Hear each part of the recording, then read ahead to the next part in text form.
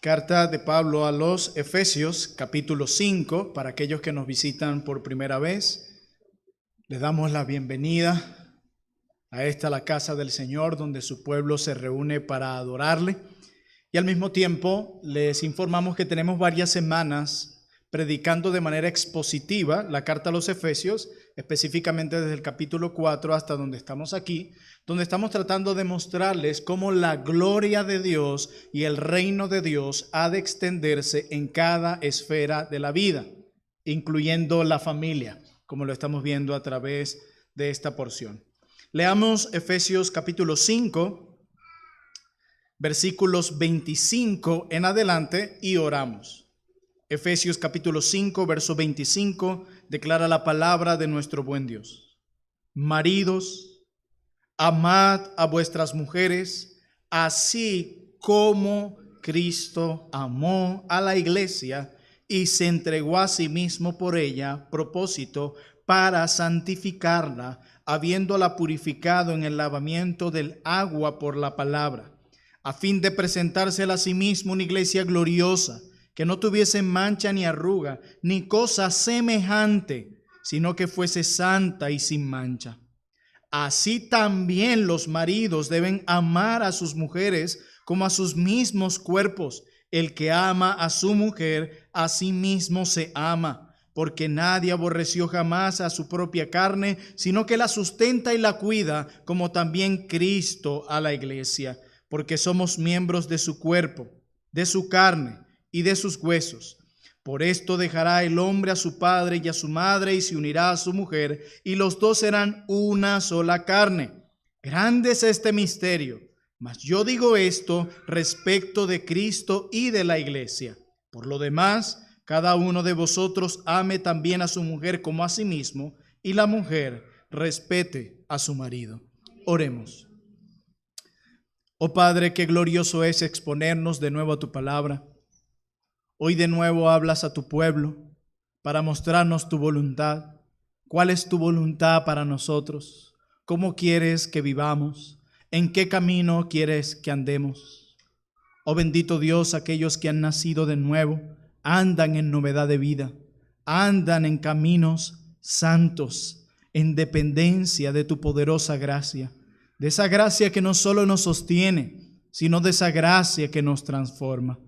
Oh bendito Dios, por el poder de tu Espíritu, usa cada palabra de este texto para sellarla en nuestras mentes y corazones, Señor, y que podamos avanzar en este camino de la santificación, siendo cada vez más como tú, amando como tú, sintiendo como tú. Te lo rogamos en tu nombre. Amén. Quiero empezar mi sermón de hoy hablándoles de dos historias de dos matrimonios, donde una de estas historias nos mostrará lo opuesto a una masculinidad cristocéntrica. Y en la otra historia veremos un verdadero ejemplo de liderazgo piadoso, de masculinidad cristocéntrica. Y en la primera historia tenemos a un esposo y a una esposa que se aman mucho entre sí. El hombre con el tiempo se hace famoso, se convierte en un actor de cine y humanamente hablando parece irle muy pero muy bien.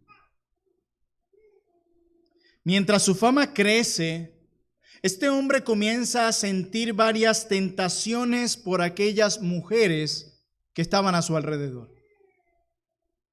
Él tiene 3 hijos hermosos y todo, como dije antes, humanamente hablando, parece irle muy bien.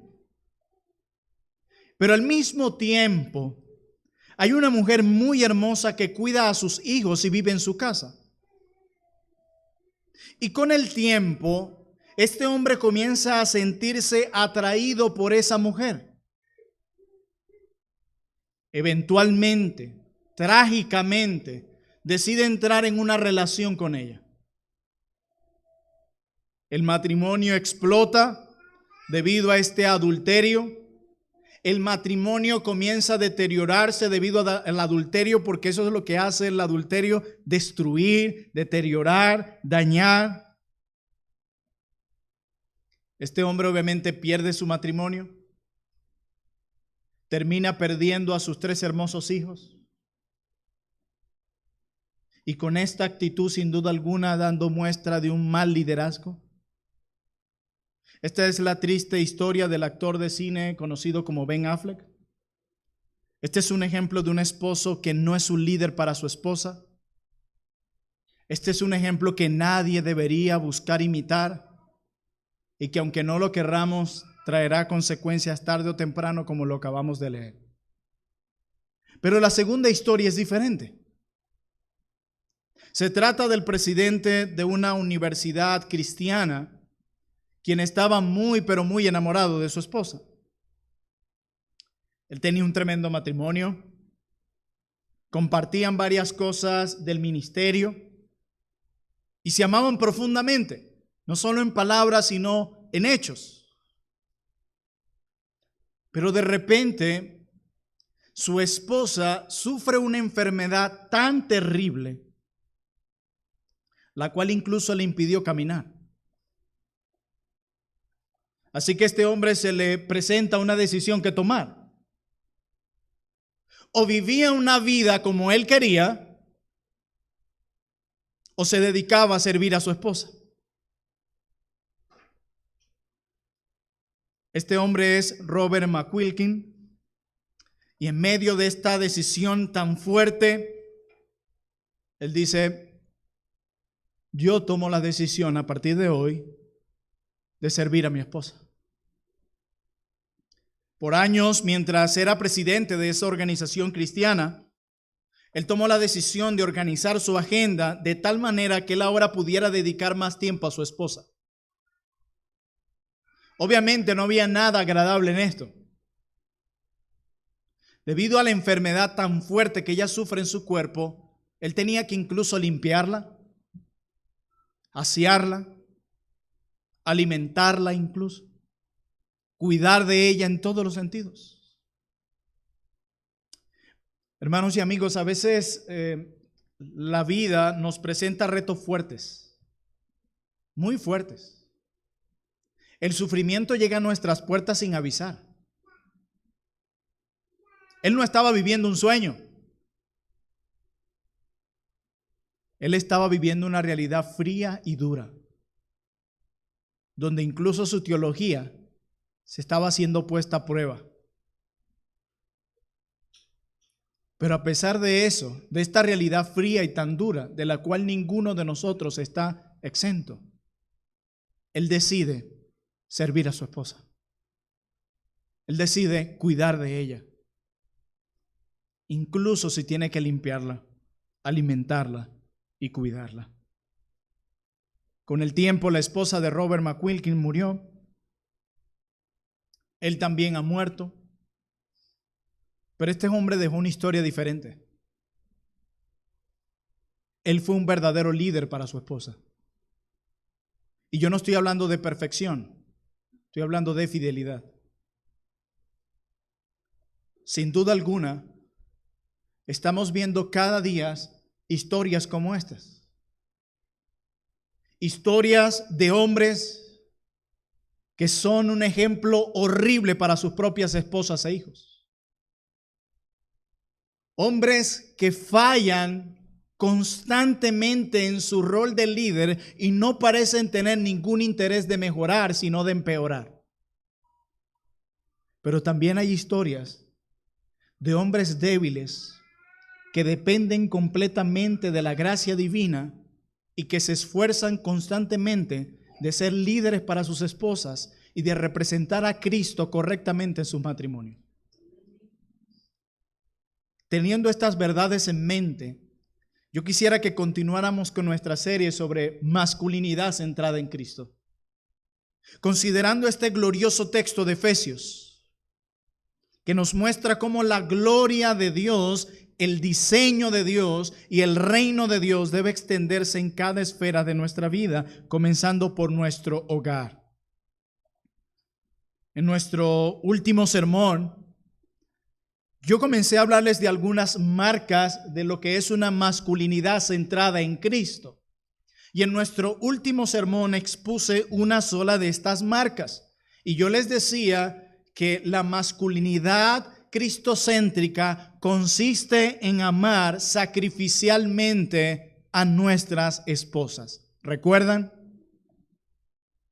Enfatizamos la necesidad de liderar en un contexto de amor, porque cuando no se lidera en un contexto de amor, esto se convierte en una tiranía, donde la esposa se somete al esposo no porque lo ama realmente, sino porque le tiene pavor, porque le tiene miedo. Veíamos la semana pasada cómo el texto de Efesios nos invita a amar sacrificialmente, de manera abnegada, de la misma manera como Cristo amó a la iglesia. Y en el día de hoy vamos a considerar algunas marcas finales de una masculinidad centrada en Cristo, considerando nuestro texto de Efesios 5. Así que ya vimos en primer lugar que una masculinidad cristocéntrica ama sacrificialmente. Pero en segundo lugar, la masculinidad cristocéntrica ama con propósito. ¿Escucharon eso? La masculinidad, el liderazgo centrado en Cristo, ama con propósito. Miremoslo en nuestro texto de Efesios 5.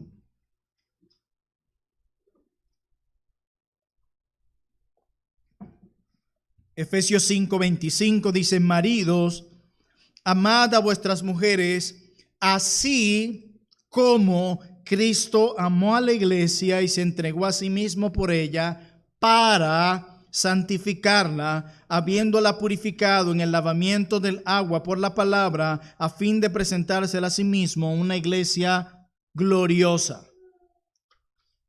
Pablo nos dice cuál es la razón del sacrificio de Cristo. No solo es perdonar nuestros pecados, sino limpiarnos de todo pecado. Ese amor que Cristo tiene por los suyos no es solo un amor sacrificial, sino que es también un amor purificador. Hermanos, ser la esposa de Cristo significa ser limpiada por Él de la culpa del pecado. Pablo, aquí inspirado por el Espíritu Santo, establece el propósito por el cual Cristo dio su vida por su pueblo. Pero al mismo tiempo, Pablo nos dice aquí que Cristo está estableciendo un patrón de cómo debemos amar a nuestras esposas. Miren el verso 25, maridos, amad a vuestras mujeres así como. Establece el patrón. Y luego consideren el verso 28, luego que termina la idea de establecer un primer patrón. Dice en el verso 28, así también los maridos deben amar a sus mujeres como.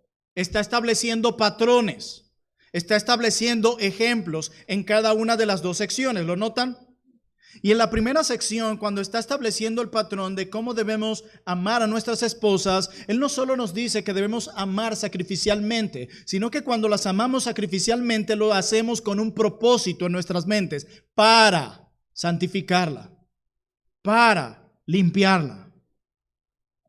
Tenemos una comparación, un llamado a seguir un ejemplo. Sin duda alguna nosotros no nos sacrificamos por nuestras esposas con la misma exactitud de Cristo, porque nosotros no morimos por ella, no podemos salvarlas, no podemos perdonar sus pecados.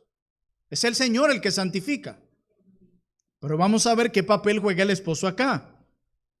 Como en todas las relaciones, mis amados hermanos y amigos, el esposo debe buscar edificar a su esposa y ayudarla en su madurez.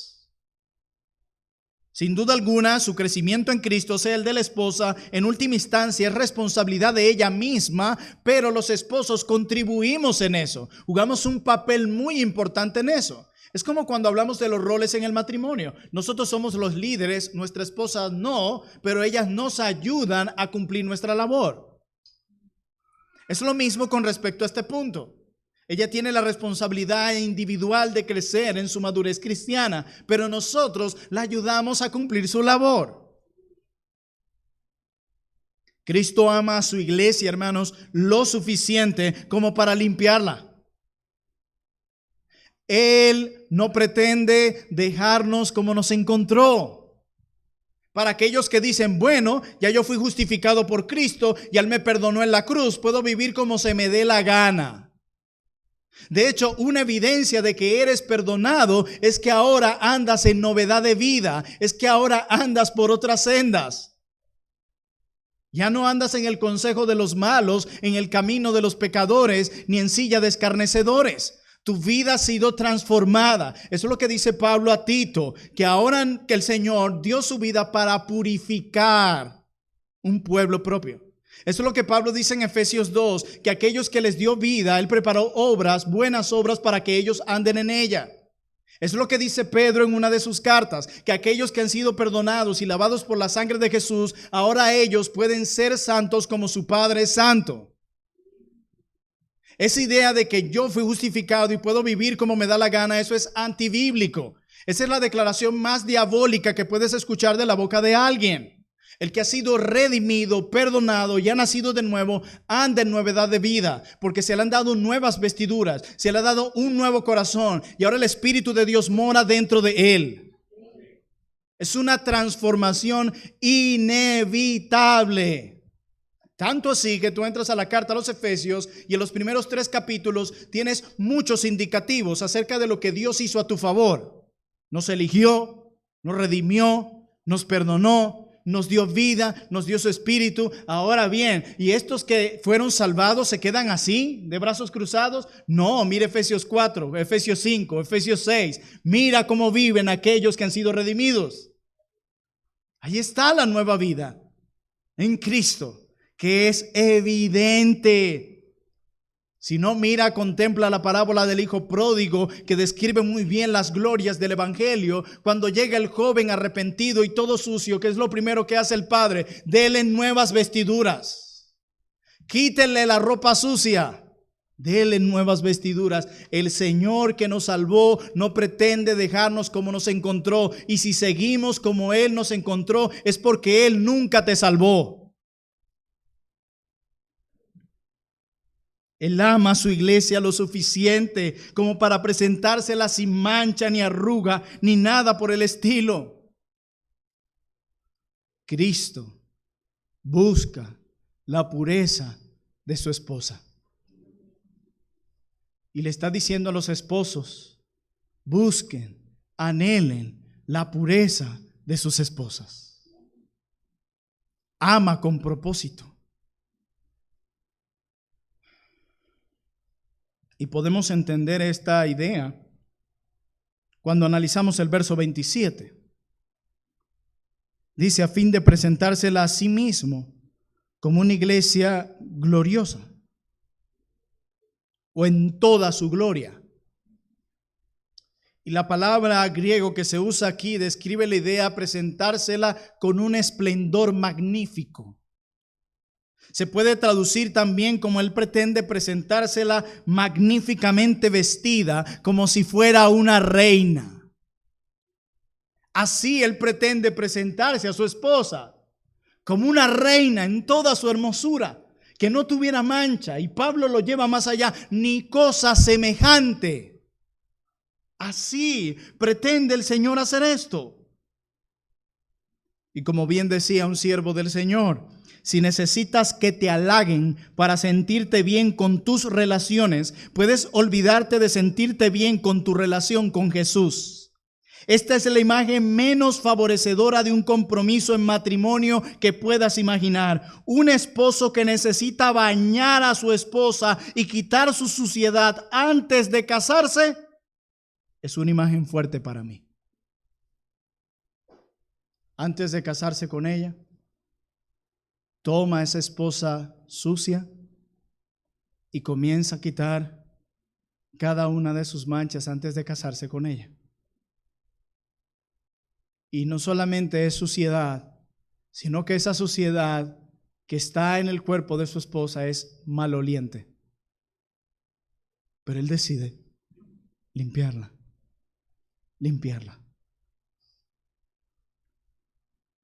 Éramos poco atractivos.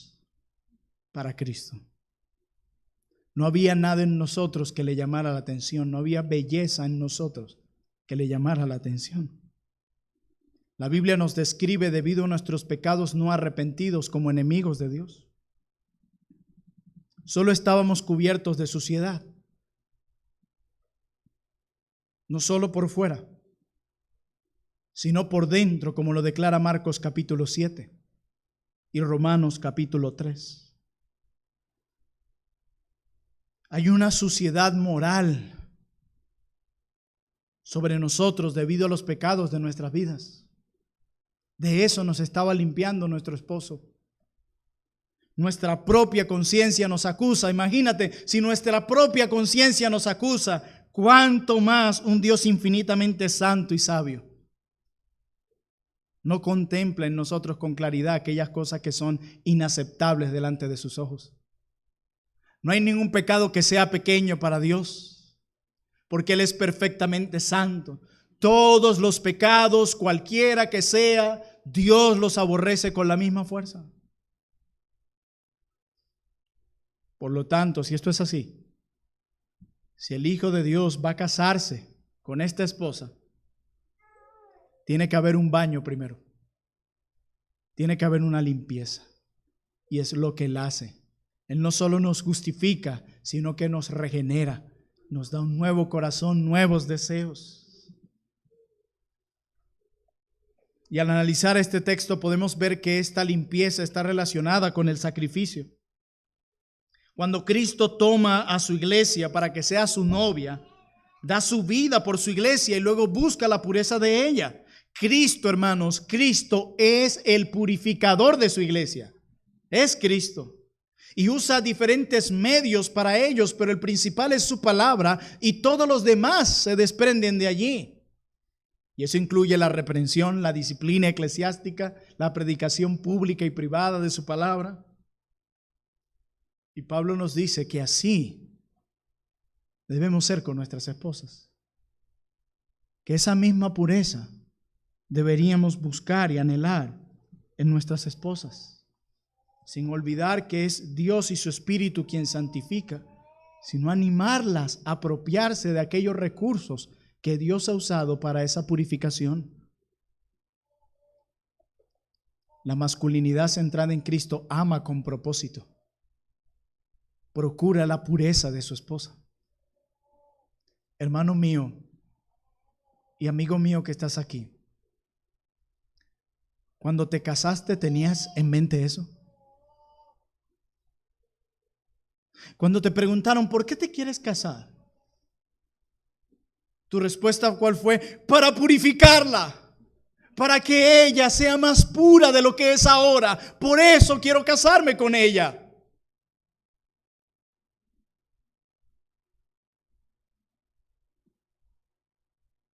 Ese debería ser nuestro anhelo. Guiar a nuestras esposas, si ya estás comprometido a tu futura esposa, a obedecer cada mandamiento de Dios y a deleitarse en su Dios. A examinar con ella, yo quiero tu bien, veamos qué dice la Biblia. La Biblia dice que si eres creyente debes hacer esto, debes hacer aquello, deleitarte en tu Dios, adorar en tu Dios, cumplir cada mandamiento de tu Dios, porque el que le ama obedece sus mandamientos. Eso está en la Biblia.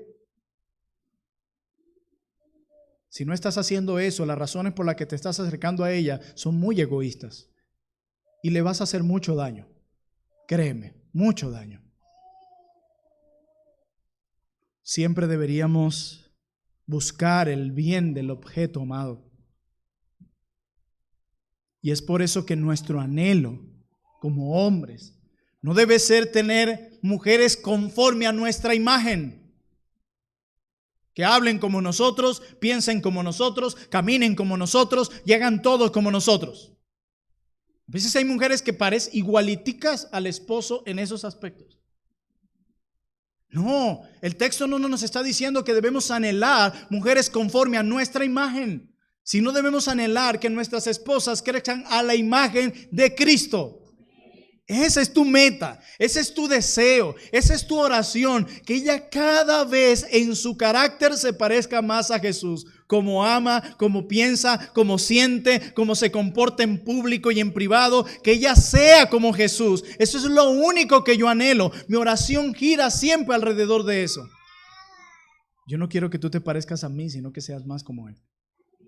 Y que ames más a Jesús de lo que me amas a mí.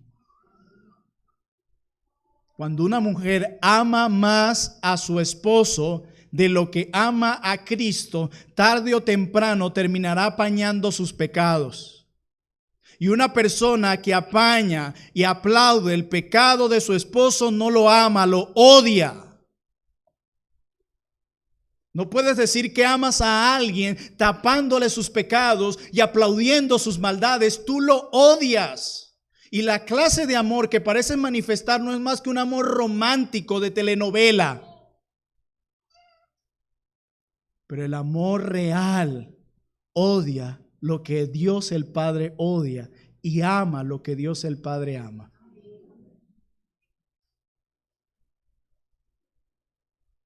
Vosotros, esposos, busquen la pureza de sus esposas. En tu propio corazón, en tu propia mente. Si realmente buscas su pureza, quieres estar seguro de que nunca llevarás a tu esposa a ningún pecado. Nunca la expones a tu esposa a ninguna iniquidad. No eres de tropiezo para tu esposa si realmente buscas su pureza. Incluso evitarás llevarla, conducirla a cosas que incluso la puedan tentar. Si realmente la amas con propósito. Si realmente buscas su pureza. Si buscas su pureza, si buscas su santidad, si buscas que sea sin mancha y sin arruga, si deseas que sea limpia y santa, entonces nunca le inducirás a nada que produzca iniquidad en tu esposa. Nunca la expondrías a nada que pudiera producir una fuerte tentación en ella, sino que la llevarás constantemente a la palabra de Dios, siendo tú el primer ejemplo de alguien que modela la palabra de Dios. Cada día tu anhelo es esa,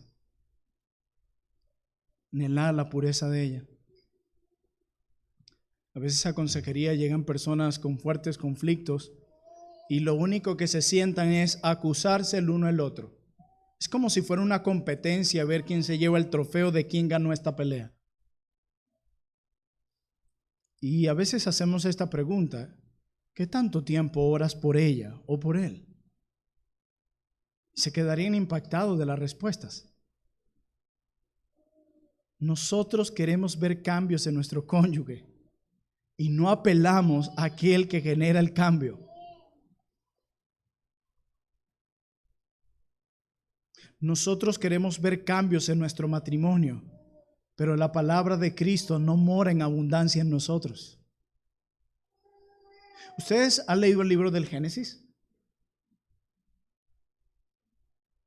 ¿Cómo comienza Génesis capítulo 1, versículos 1 en adelante?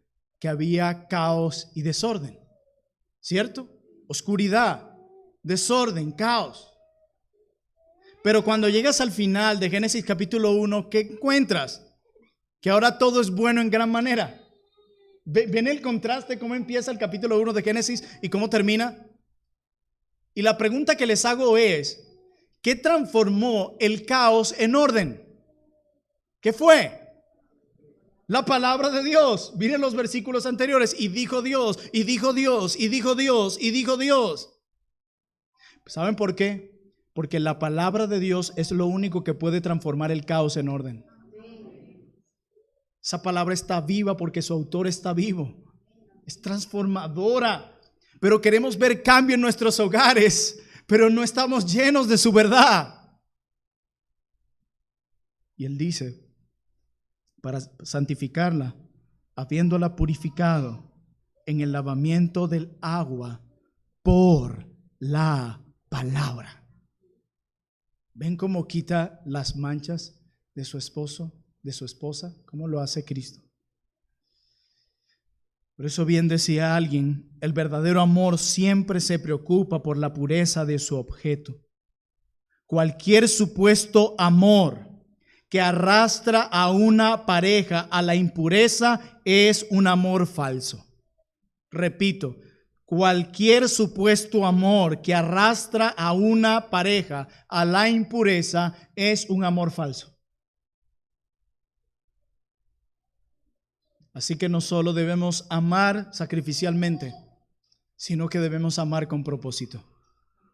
Pero en tercer y último lugar, la masculinidad centrada en Cristo ama con un amor cariñoso y profundo. La masculinidad centrada en Cristo ama con un amor cariñoso y profundo.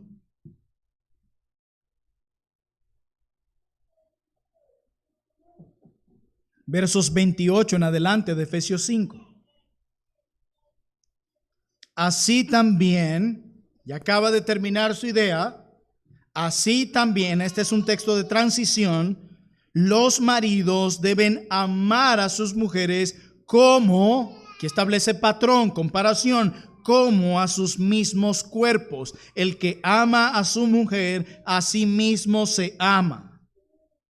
En otras palabras, este es un amor espiritualmente edificante y es un amor espiritualmente beneficioso. Ahora bien, ¿qué significa de manera práctica amar a nuestras esposas como a nuestros propios cuerpos? Bueno, este es un concepto simple. No necesitas tener un PhD en griego para entender lo que está aquí. Y lo digo porque a veces nos encanta lo controversial.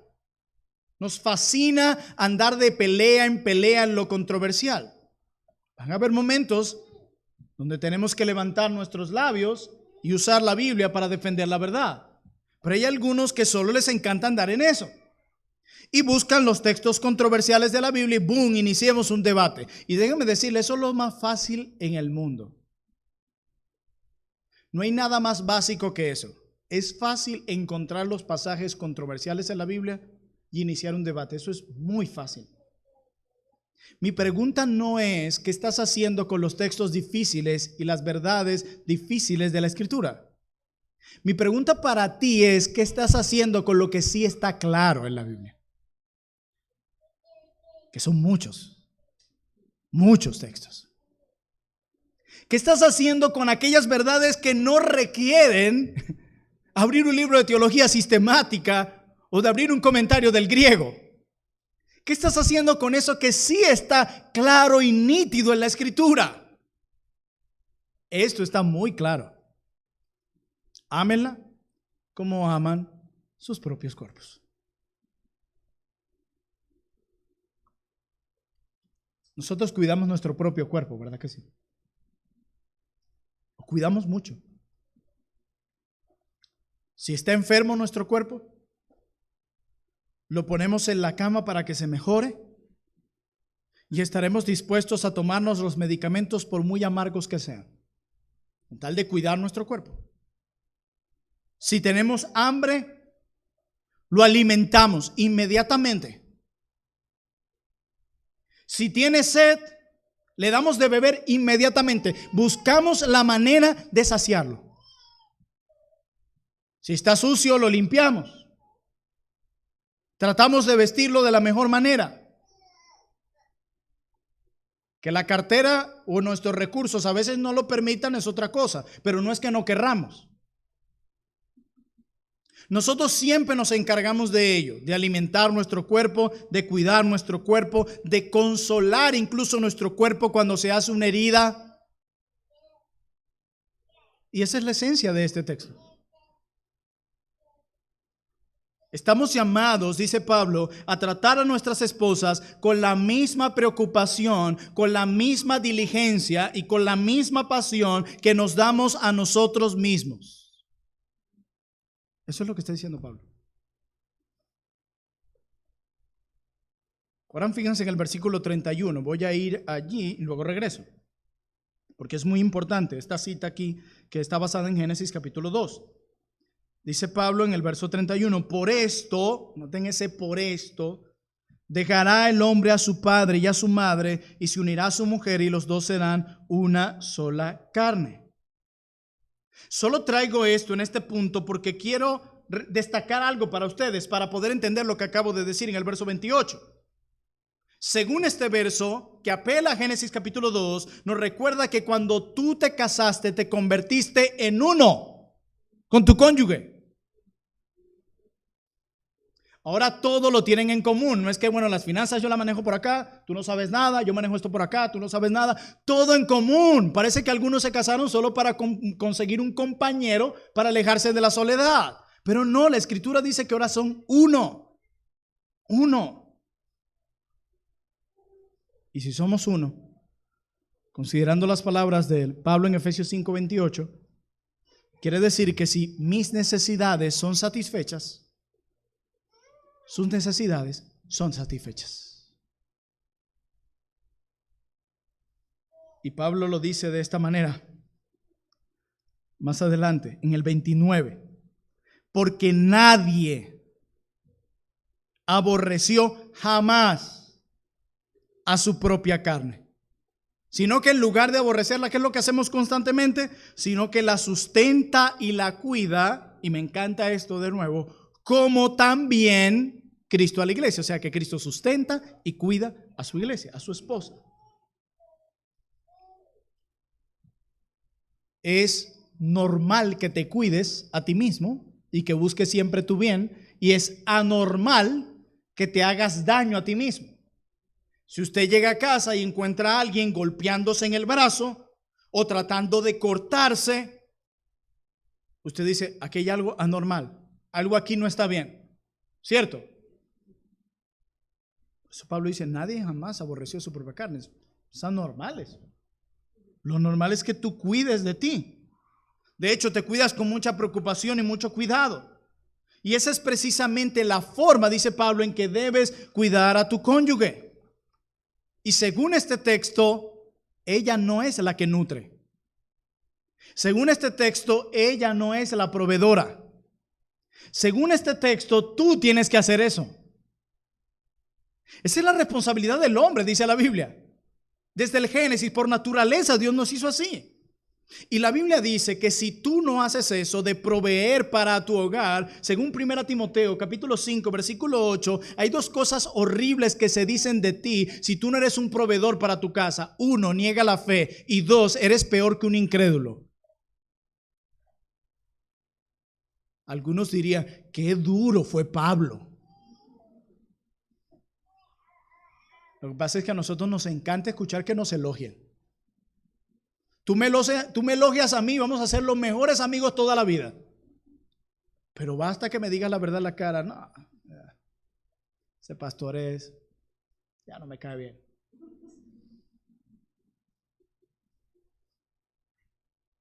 Pero no saben cuánta es necesaria la verdad, por más dolorosa que sea. Y Pablo dice, si tú no provees, si tú no eres un proveedor, porque esa es tu labor primordial. Si fuera la de la esposa, esta admonestación no estuviera ahí.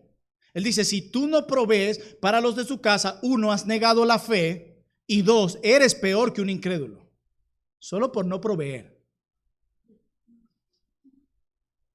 Porque ese es tu diseño, por naturaleza Dios te hizo así. A lo largo de las Escrituras, hermanos, el hombre es siempre el proveedor, así como Cristo es proveedor de su esposa. Recuerda que el hombre representa a Cristo y la mujer representa a la iglesia. Esa es la clave. Nosotros somos la esposa de Cristo, ¿verdad? Y nosotros le proveemos algo a Cristo. Nosotros sostenemos a Cristo. Nosotros nutrimos a Cristo. Nosotros alimentamos a Cristo. No. La iglesia no proporciona nada. Recibimos todo de Cristo. Él es nuestro esposo. De Él recibimos la provisión, de Él recibimos la protección, de Él recibimos preservación, su cuidado y su sustento lo recibimos de nuestro esposo. Y Él dice, así debe ser en el matrimonio. El proveedor eres tú. Hay un peligro enorme cuando yo veo en un matrimonio a la esposa trabajando duro para proveer. Ella es la que está pensando en cómo proveer, cómo pagar las deudas, cómo cubrir esto. Ella es la que está buscando las estrategias para hacerlo, mientras él sencillamente está sentado viendo televisión.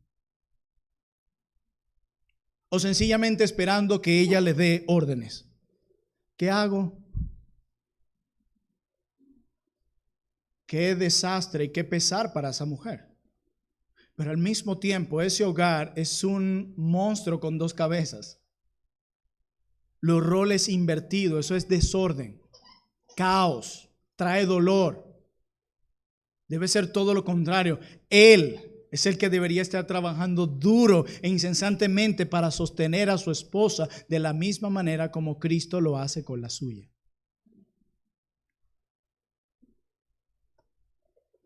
Por tanto, dice Pablo, dejará el hombre a su padre y a su madre y se unirá a su mujer y los dos serán una sola carne. Esa es la unión de un hombre y una mujer, quienes dejan a su familia creando una nueva unión con una nueva identidad, una identidad única propia de relación que se llama una sola carne. Es más, tú no eres una sola carne con tus hijos. Tú no eres una sola carne con tus padres. Tú eres una sola carne con tu cónyuge. Esa relación, no hay una relación más profunda que esa. Y digo esto porque hay padres que cuando vienen los hijos abandonan a su cónyuge. Ahora todo gira alrededor de los hijos. Todo se va hacia los hijos. Y tú tienes que amar a tus hijos, pero no puedes amarlos más de lo que amas a tu cónyuge. Un día los hijos se van de casa. ¿Y con quién queda? Mi amor, tenía 18 años sin amarte. Llegó tu momento, de nuevo. Ya se fueron nuestros 3 terremotos. No, hermanos, no hagan eso. Sus hijos deben ver cómo sus padres se aman de una manera tan profunda. Solo eres una sola carne con tu cónyuge.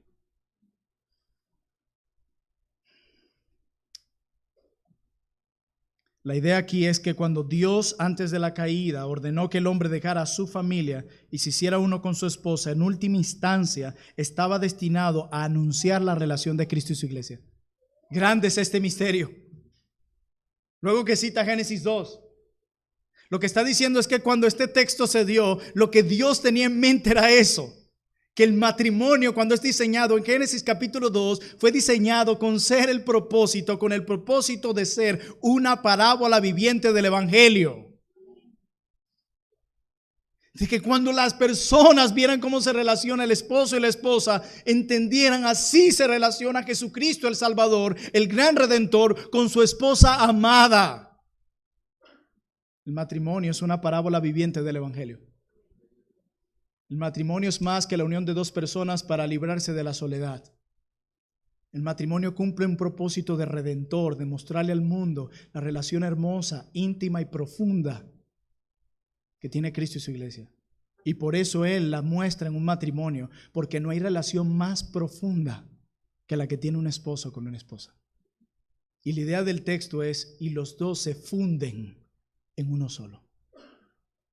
¿Habías visto así de íntima y profunda la relación con tu cónyuge? Por eso Dios aborrece el divorcio. Porque el divorcio va en contra de esa relación indisoluble, indivisible. El matrimonio ha de ser una relación inquebrantable. Sí, yo sé que en la Escritura hay algunos causales de divorcio, pero Dios no diseñó el matrimonio para el divorcio. Pablo termina en el verso 33. Por lo demás, en resumen, dice Pablo, cada uno de vosotros ame también a su mujer como a sí mismo, y la mujer respete a su marido. Él acaba de resumir todo lo que nos acaba de decir. El deber de ustedes esposos es amarlas, y el deber tuya, mi hermana, es respetarlo. Una masculinidad centrada en Cristo ama sacrificialmente. Una masculinidad centrada en Cristo ama con propósito. Y y una masculinidad centrada en Cristo ama de manera cariñosa y profunda. Ruego al Señor que seamos los hombres que Él quiere que seamos. Para terminar, quiero dar algunas aplicaciones. Y así como en mi último sermón, quiero dirigirme en primer lugar a los solteros que están en medio nuestro.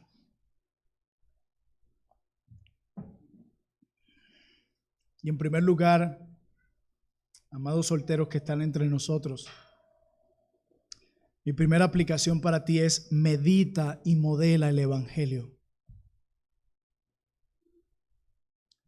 Comienza por profundizar en el Evangelio, gozarte en el Evangelio, vivir de acuerdo al Evangelio, experimentar el gozo del Evangelio y la identidad que solo da el Evangelio. Los jóvenes hoy andan buscando identidad. Si me caso, yo creo que sería más feliz. Si estudio esta carrera, creo que sería más feliz. Mi identidad no es si yo soy abogado, diseñador gráfico o esposa. Mi identidad principal viene en que yo soy de Cristo y debo entenderlo. Miren, los solteros quieren casarse. Los casados se quieren divorciar y el divorciado se quiere volver a casar. ¿Saben qué nos recuerda eso? Que nuestro problema no es de estado civil, es del corazón. Es del corazón. Por eso el joven cristiano ha de nutrir su alma con el Evangelio constantemente. Y no solo que lo sepa. Hoy en día tenemos pura teología de frases. De verdad, cómo han cambiado los teólogos a lo largo del tiempo. Hace unos años, un teólogo era completamente distinto a lo que tenemos hoy. Eran hombres temerosos de Dios, hombres de carácter, hombres de hogar, hombres que amaban, hombres que honraban a Cristo y con gran pasión por Él y su verdad. Hoy muchos de teólogos solo tienen el título y algunos cursos que vieron en YouTube.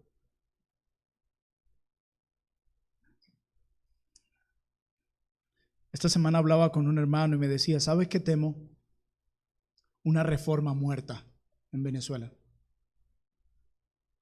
Una reforma donde podemos articular conceptos, fechas, títulos de doctrinas,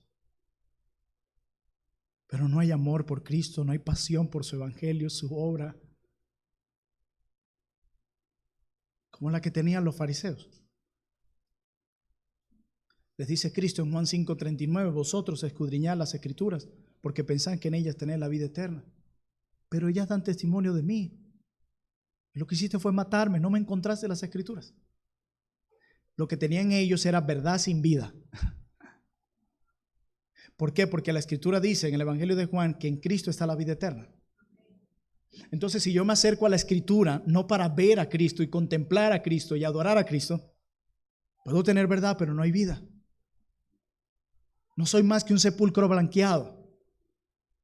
No soy más que un fariseo que va camino al infierno. Que obtuvo el aplauso de los hombres, sí. ¡Wow! ¿Cuánto sabe? Pero que no obtuvo la aprobación de Dios. Y eso sí es triste. Irse de este mundo sin la aprobación de Dios y tener que escuchar un día: nunca os conocí. Eso duele. Por eso llénate del Evangelio. No solo que lo sepas, vívelo, compártelo. ¿Qué tanto esa teología ha encendido tu corazón por Cristo? Segundo consejo para ti, joven soltero: trabaja duro. Así es, trabaja duro. Eso es algo que te pondrá por encima de los demás. Si eres un joven que trabaja duro, la gente lo notará. Desarrolla esta disciplina en una edad temprana. Trabaja duro en la escuela, trabaja duro en tu casa, trabaja duro en tu lugar de trabajo, trabaja duro para ser el mejor hijo, trabaja duro para ser el mejor hermano, trabaja duro para ser el mejor miembro en tu iglesia. ¿Sabe por qué? porque un día Dios te llamará a sostener una familia y lo vas a necesitar. Trabaja duro. En último lugar, solteros, conviértete en un protector de las mujeres y de los niños. Así es. Conviértete en un protector de las mujeres y de los niños. Creo que esta es la característica de la masculinidad que distingue a los hombres de las mujeres de una manera distintiva. Las mujeres fueron diseñadas para ser protegidas y los hombres para ser protectores. John Piper lo dice mejor cuando plantea esta pregunta. ¿Quién se sube primero al bote salvavidas cuando el barco se está hundiendo? Mujeres y niños. ¿Vieron el Titanic? Estoy seguro que todos vieron el Titanic. ¿Ustedes se acuerdan de ese hombre que se disfrazó para meterse en el barco? Todos cuando vieron ese pedazo se indignaron, porque somos hechos a la imagen de Dios, a un Dios que anhela justicia. Porque los hombres somos llamados a ser protectores. Dios ha llamado a los hombres a dar la vida, si es necesario, por las mujeres y los niños. Esto es lo que se conoce como la marca de protección. Joven cristiano, comienza a verte a ti mismo como un protector de las mujeres a tu alrededor en todas las áreas. Esto significa que proteges a las mujeres no solo físicamente, sino emocionalmente y sexualmente. No expongas a las mujeres a tu alrededor, incluyendo a tus hermanas en la fe, a cosas que las pueden llevar a pecar, acciones que pueden ser imprudentes. No las expongas. Marca límites. No estés a solas con ellas. Marca límites. Sé un hombre puro. Cuídalas. Protégelas de caer. Protégelas. No las expongas. Cuidado las conversaciones que tienes con ellas. Protégelas emocionalmente. Protege sus mentes. Ten cuidado de qué es lo que le estás enseñando. A la doctrina que les enseñas. Recuerda que las mujeres de tu iglesia también ven tus publicaciones en redes sociales. Ten cuidado con lo que está llevando a la mente de tus hermanas. Sé un protector. Sé un protector. En último, busca un mentor. Así es. Rodéate de hombres a los que respetes.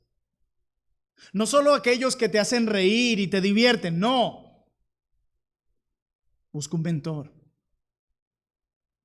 La mayoría de los hombres jóvenes más rebeldes y que han fracasado en el camino han vivido la vida solos sin rendirle cuentas a nadie,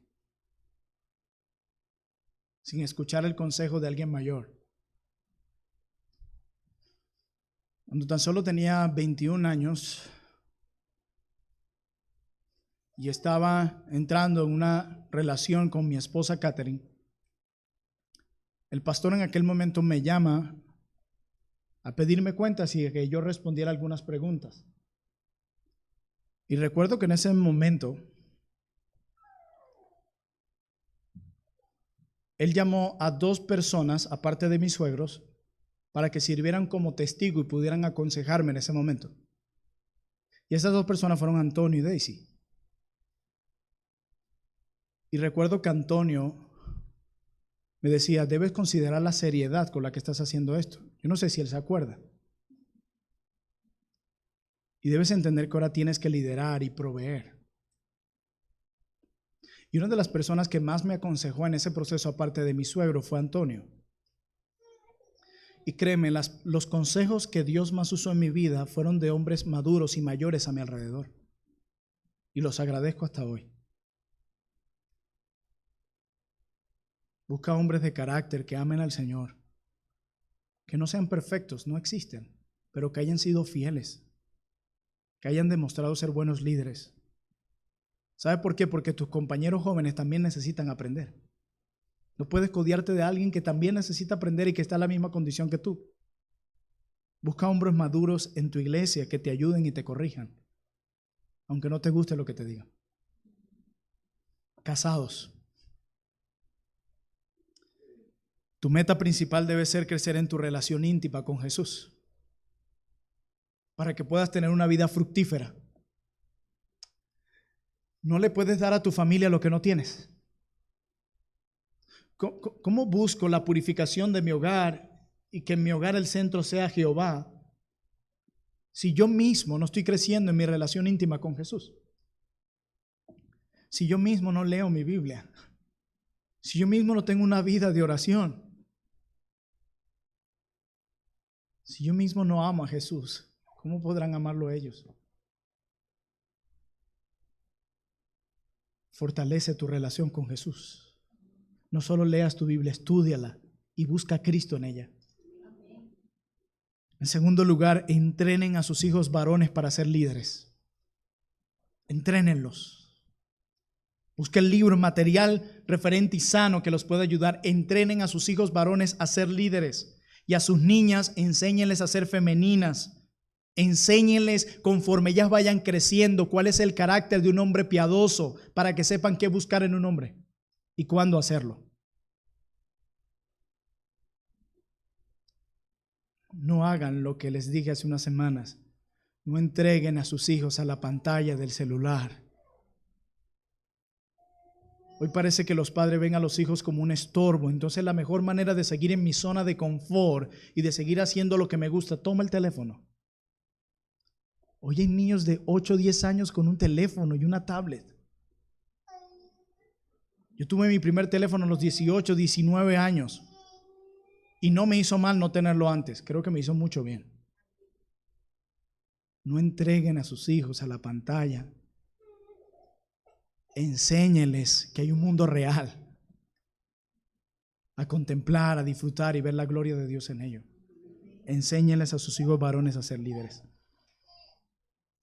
En último lugar, esposos cristianos, vivan para amar. ¿Escucharon eso? Vivan para amar. Para esto, obviamente, el amor de Dios debe ser tu principal motivación. Pablo decía, el amor de Cristo nos motiva. Si había algo que encendía el corazón del apóstol Pablo y lo motivaba a vivir como vivía, era el amor de Cristo. Era eso, que encendía su corazón a estar incluso en la cárcel y decir, regocijaos en el Señor siempre. Otra vez digo, regocijaos. ¿De dónde venía eso? De su amor por Cristo, de su amor por Jesús. Solo podemos vivir para amar. Esto solo sucede cuando el amor de Cristo pasa por medio de nosotros hacia otros. El amor de Dios es un amor transformador. Transformador. Hermanos, pero no solo eso, cuando amamos a nuestras esposas como Cristo amó a la iglesia, de esta manera es la prueba en la que le mostramos al mundo de que le pertenecemos a Cristo. ¿Sabías eso? ¿Has leído la primera carta de Juan? Es la prueba cuando amas a tu esposa de esta manera, abnegada y con pureza. Estás mostrando que perteneces a Cristo. Estás mostrando que tu corazón ha sido capturado por su amor, que tu vida ha sido llenada con Cristo, que realmente tu vida ha cambiado cuando amas de esta manera. Cuando amas de esta manera a tu esposa, has mostrado que Cristo realmente ha abierto tu corazón para conocerlo. Y esto no es algo que hacemos hoy y luego el próximo domingo y luego el martes y luego el viernes. Vive para amar. Esto es un estilo de vida. Este es nuestro estilo de vida. Esposo cristiano, ¿has fallado en amar de esta manera?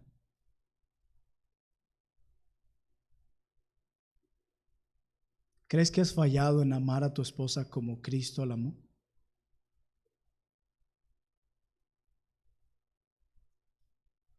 Reconocer no es suficiente. Por eso tengo otra pregunta para ti. ¿Estás arrepentido?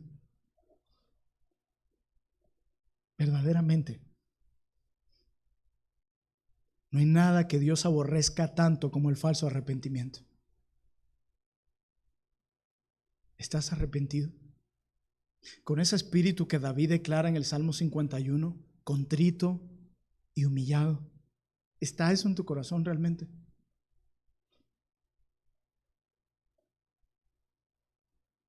Tengo otra pregunta para ti. ¿Estás dispuesto a pedir perdón? Y por favor, no nos excusemos con que a mí no me criaron así. Yo soy así. Pablo a los que dicen eso les dice: maridos, no seáis ásperos como estas esposas. ¿Cuánto sufren nuestras esposas por nuestra dureza? Con una dureza con la que no nos tratamos a nosotros mismos.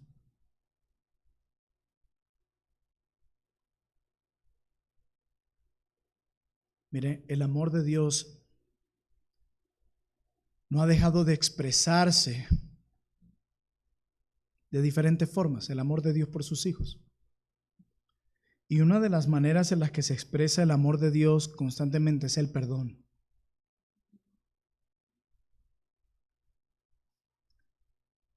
Trae tus pecados delante del Señor, mi hermano, porque sé que son muchos. Si tu esposa pudiera hablar, hay muchas cosas aparte de las que tienes en tu mente que deberías confesar. Él nos limpia de todo pecado. Él nos limpia de toda maldad. Y si hay un verdadero arrepentimiento, se notará. Porque el arrepentimiento verdadero es ir en sentido opuesto a como venía. Pídele perdón a Dios, mi hermano. Pero también pídele un corazón en el que rebose el amor y el deleite por Dios. Cuando le pides perdón a Dios, ¿le has pedido que transforme también tu corazón? Pídele que te dé un corazón donde su amor rebose, para que puedas amar como Él ama, pero un corazón también que se deleita por Él, para que puedas crear en tu hogar un ambiente de amor y de deleite por Dios. Oremos.